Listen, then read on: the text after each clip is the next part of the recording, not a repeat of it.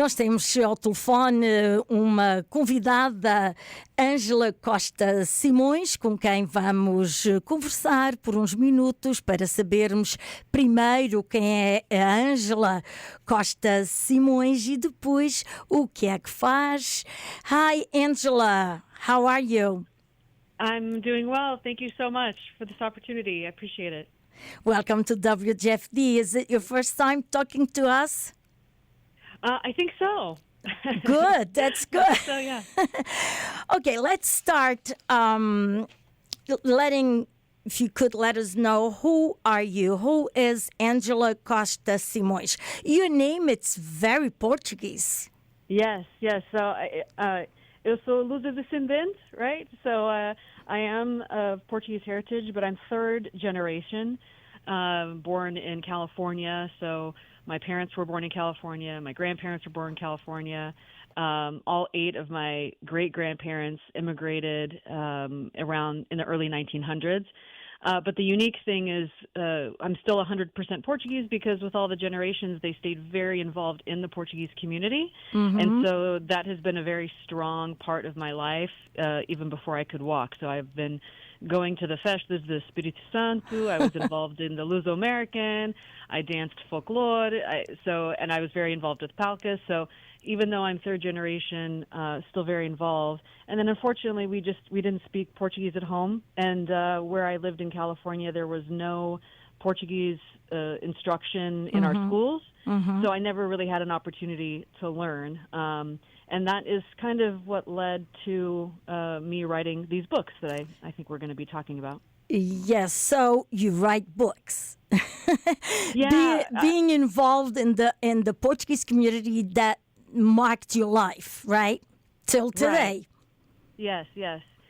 And they actually, I got the idea because I've been doing public relations as my career. I never once thought that I would be a children's book author, but when we had our daughter, we wanted her to speak Portuguese because my husband is Portuguese as well. And so we bought Portuguese children's books, but I couldn't read them. And so I thought, oh gosh, well, if it was in English and Portuguese, then I could learn too, right? And help her figure it out. We could figure it out together.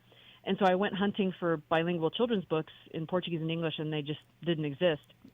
And so I thought, well, I guess I'll write one. And so thus started the journey of writing bilingual children's books. But then also I saw an opportunity to document our experience as Portuguese-Americans, right? Because there's no book out there that talks about what we do at the festas, what we do, in our communities, right? Mm-hmm. And so there was an opportunity to do that, as well as document some of the stories and the legends that we hear that are passed down, oral traditions, but again, haven't been documented for our children. And as we are third, fourth, fifth generation, those stories can get lost, right? Yes, so the story of the Gala Barcelos, right? Or the story of Rainha Santa Isabel. So there's all these stories that if we don't preserve them, they're going to disappear, right? So that's right. That's right. Good. So how many books did you write already? I have 8 books. 8 books. Good. Yeah. And they are all you write about real things that happened in Portugal, because I see one over here, The Miracle of the Roses, which is the story of the Queen Saint Isabel. Right. So all your books, the 8 books, they like this one, that you go look for the history of Portugal, or that's how it is, or you have some... So our books, I publish under the name Riso Books, and so we have 4 collections. One collection is education, so purely to learn vocabulary, maybe some sentence like how to count and colors and things like that. So there's some that are just purely educational and don't have anything to do with history. The other one is called Amor. So it's going to be about our connections with our family members, with our parents, our vovôs and vovós, maybe our primos, things like that. And then there is the diaspora collection, which documents, and Maria e João Vão à Festa is about my experience as a child going to the festas, the Espírito Santo, and then how fun that was and how much I loved it. So documenting the diaspora experience. And then we have heritage, herança, and that is where the stories like Rainha Santa Isabel for Miracle of the Roses, or The Galo de Barcelos, or Uma Casa Portuguesa, which is another book I have, documenting all of those stories and legends that we have in our culture. Angela, how did you hear about the history, like the Miracle of the Roses? It's history. It's Portuguese history. How did you learn about that? So I've known about Rainha Santa Isabel my entire life because I was involved in the festas, and I always thought that we did the festas because of the Miracle of the Roses. That was what I always had the impression.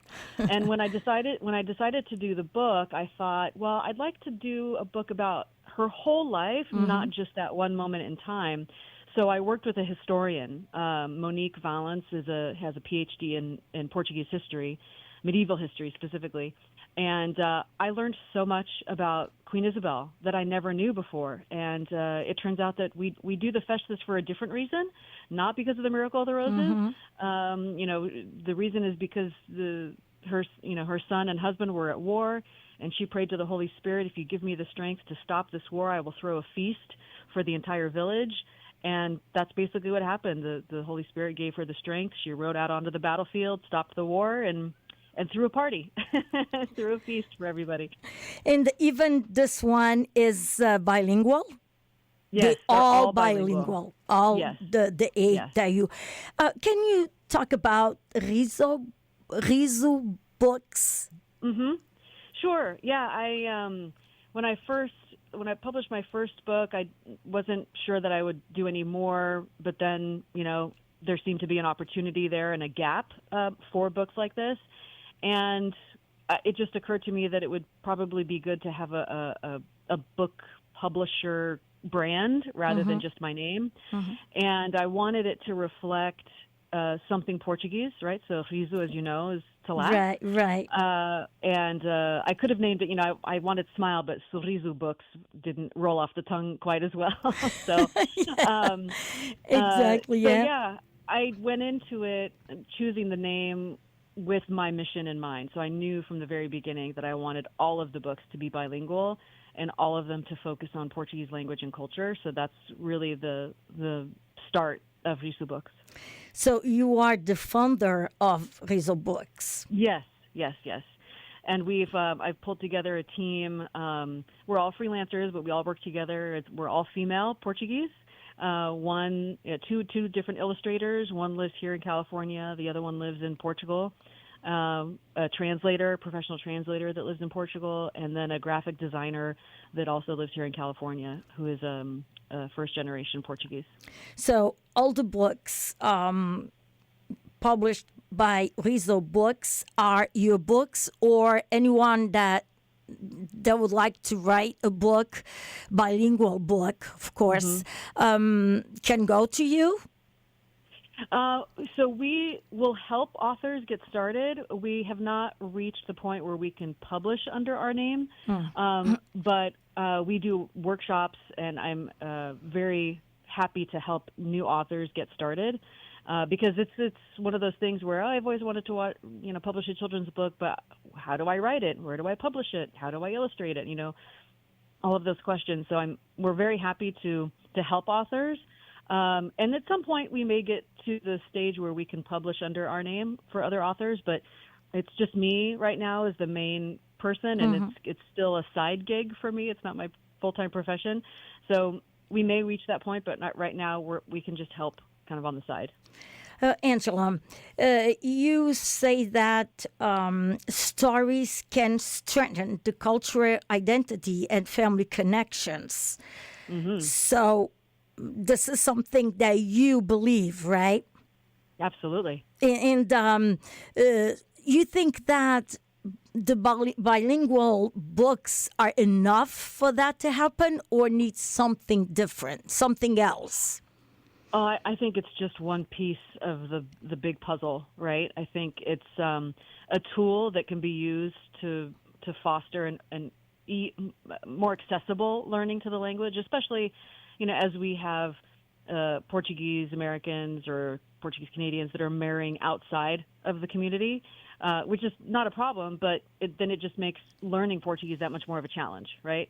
And so even parents that aren't Portuguese can read these books to their children, and even if they're not pronouncing the words the correct way, the stories are about the culture, right? So even a non-Portuguese parent may not be able to tell the story of Queen Saint Isabel in Portuguese, but she'll know that he or she will know the story of Queen Saint Isabel and can reiterate that with their children. So I think it's one tool in a big toolkit that we all. There are lots of different things that can be done, but it also takes work, right? Yes. As parents, we have to seek out these tools to make it happen and incorporate it into our dinner time conversation, into our bedtime routines, into our daily conversations to and from school or to and from soccer practice. So it's a lot of work, but if we really believe that it's worthwhile, then we'll do it. So, you believe that children, they can know about the traditions, about the history, about the culture, all of this of their grandparents, for example. I don't go to parents, but grandparents. And by reading the English part of that book, so they will really know it's something real. And they will know, they will find out how was their life before they came here, right? Right. And I think those are some wonderful stories to tell, and that could be a great, maybe it's the diaspora part of the story. What was it like to immigrate in the early 1900s, and how was it to make it, as a child immigrant? That could be a wonderful story to write. So I think, if I look at our own daughter as an example, kind of like me, she speaks a little Portuguese. We have some Zoom lessons that she takes because we live in an area where there aren't classes. And, so it is a bit of a struggle for us. However, because of the books and the stories that we've told her and we have taken her to Portugal, she's very proud and very upfront about her Portuguese-ness, right? So she almost wears it as a badge of honor and sees it as something that really sets her apart in a very positive way. And I love that she has embraced it, right? And she's not embarrassed about it. She's proud of it and wants to show it off. And I think with these kinds of books becoming more accessible and more voluminous, like there's more and more authors writing about the Portuguese perspective, which is wonderful, that now, students and kids will see, oh, that book is about me. It's not just about maybe the Hispanic culture or the Black culture or the Irish culture or, whatever it is, the Italian culture. Oh, there's books about Portuguese culture too. Like that's where I come from. And it gives them something to really identify with and latch onto. So that's my hope. I believe that now that's what we see. It's young people, teenagers, and they are proud. Because around here in our area, we have a lot of Portuguese feasts, everything. So they are proud. But this didn't happen like 50 years ago, I believe, or 60 years ago. What do you think? Why it's changing? I think a few things. One, I think the popularity of Portugal itself has a big part to play there, because 50 years ago, even maybe 20 years ago, people didn't really know where Portugal was, let alone anything about the culture.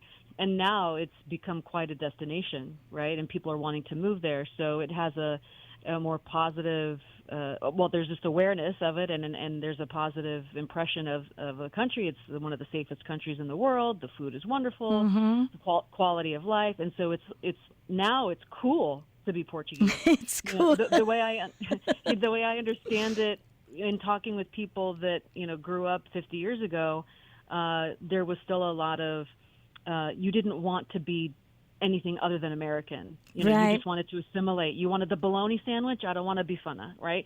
And so the times have changed. Perceptions have changed. I think people are generally more embracing of other different cultures, which is wonderful, right? So there's room for that. So yeah, I think there's been a lot of things that have led to it, and so we have to take advantage of it and use that to our favor. Right, and it's always fun going to a Portuguese feast, isn't Right. it? It's Of always course. fun. We know how to throw a party. We know how to party. Yeah, that's right. And also because there's people like you that want to show the young generation. They want to show that Portugal is important. The Portuguese heritage, it's very important, and it's good. Yeah. So good that there's people like you doing what you do. Thank you. Thank you. Yeah, You're welcome. it's something that I'm going to get emotional about. It's been it's been a big part of my life, and I've been very proud of it for so long that I can't imagine doing anything else. Well, congratulations on that. Do you see your books in a school where they teach Portuguese? Do you see that? I would love that. Yeah. I've been trying. I've been reaching out to schools, and you know, we can even donate some books or offer them at wholesale prices, you know, to make it more affordable for schools. So yeah, I would absolutely love that. And did you already think about coming to our side with your books and try the same thing? To. Yeah. It's been on the list for so long. I, you know, have quite a few good connections and friends over there that I have not seen in a long time, and I miss. So getting out to the East Coast, I have cousins in Rhode Island and Massachusetts as well. So, you know, I absolutely would love to get out there. Hopefully, I can make it happen. Probably not this year, but maybe next year. It's never too late to start. Right. Angela, about your books, how can we buy your books? Is something that's easy to buy, or can we go online to get one of your books? Yeah, it's easiest to buy them on Amazon. Okay. Paperback and hardback, they're all listed on Amazon. You can either look up my name or Riso Books, and they should pop up. But Amazon is the easiest way to do it. Okay, so let me repeat your name. Angela Costa Simoes, it's your name. And Riso Books, we can type Riso Books on Amazon, and we can see all your books there. And they are all bilingual. Yes, they are.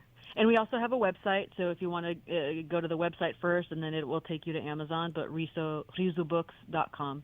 Okay, risobooks.com. Very easy. Very, very easy. Angela, what are your plans for the future? Besides coming to us and bringing your books. You know, I have a long list of books that I want to write, topics and people and different festas and different things that I want to publish. So that's going to keep me busy. But I would also love to figure out, you know, some sort of platform to provide parents and students and even schools that focuses on, you know, Portuguese-English bilingual educational resources, right? Maybe it's a game, maybe it's a kind of a learning app or something like that. But that's been batting around in my mind for a while now. So I'd like to do something like that. But yeah, I will be doing this. I've loved it so much. It's been so much fun. I hope to be doing this for as long as I can. So no wonder you don't have time to come, because your plan is to be very, very busy for a long time. And your books, the bilingual books, you see as an opportunity for grandparents, parents, and children to read the book together. Absolutely. So, and because they basically based on real life, real history, it's and probably the grandparents know that part of the history and can tell the grandchildren more, because in a book it's not easy to write all the details.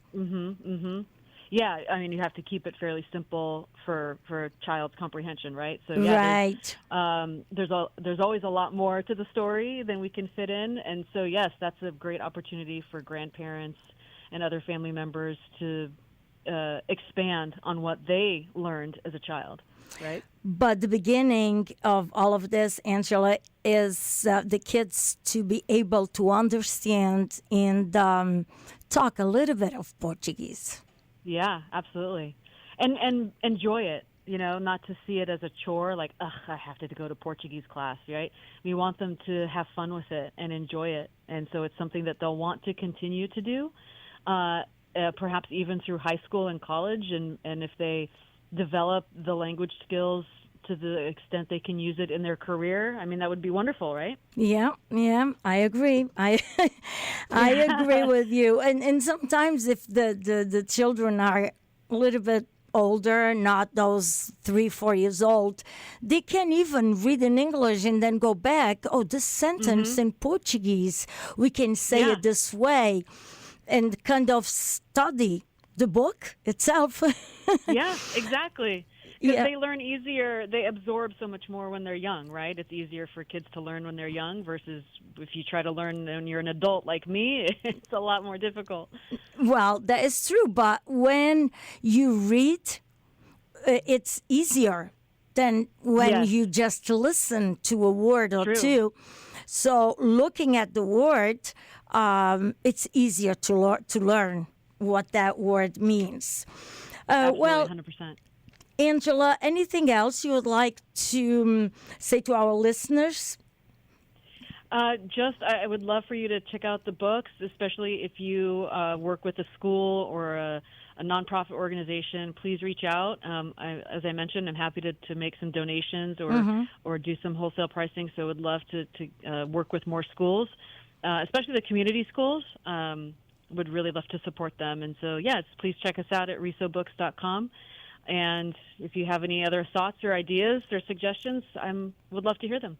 We will be waiting for you, Angela. Okay.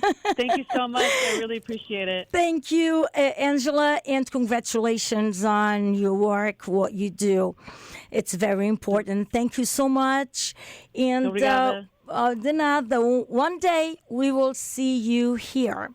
Aqui conosco. Ok, está bem. Está bem? Muito obrigada. Muito obrigada. So, risobooks.com, very easy. risobooks.com. Angela Costa Simoes é um nome para não esquecer. Muito obrigada. Certeza. Thank you, Angela. Okay. Thank you. Thank you so much. Okay, bye-bye. Bye-bye, you too. Bye-bye. Pronto, foi assim a nossa conversa, uma conversa muito interessante com a Angela Costa Simoes, que escreve e publica livros bilíngues, ou seja, histórias, e esta muito interessante, da Rainha Santa Isabel, do Milagre das Rosas, portanto, está escrito em inglês e em português.